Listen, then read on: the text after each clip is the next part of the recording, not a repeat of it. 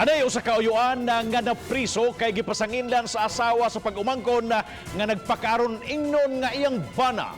Midulog sa biktima, mihikap sa pribadong bahin sa lawa sa biktima ug hapit yun mahitabo ang pagpakikhilawas.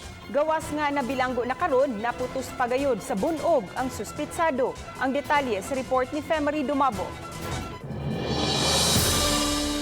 Gawas nga napriso, bunog sa nangusabang na angko nining 48 anyos nga lalaki. Kinihuman siya gikulata kay nireklamo ang asawa siyang pagumangkon nga iyang gihagkan.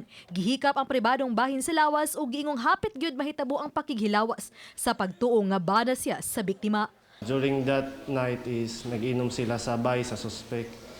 Then una og kahubog ang bana moto diharasan natog sa bahay sa suspect. Uli na ang babae.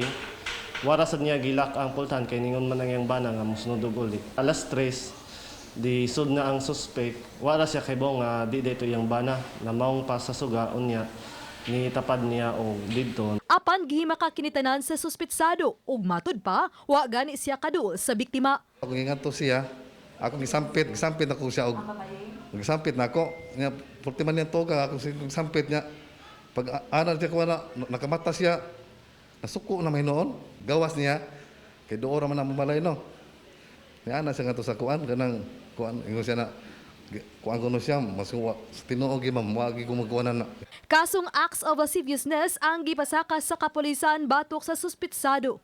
Ang Women and Children's Protection Desk nitala og 40 ka mga physical, mental and emotional cases o mga kaso sa pagpang-abuso sa kababayenan sa syudad sa Talisay.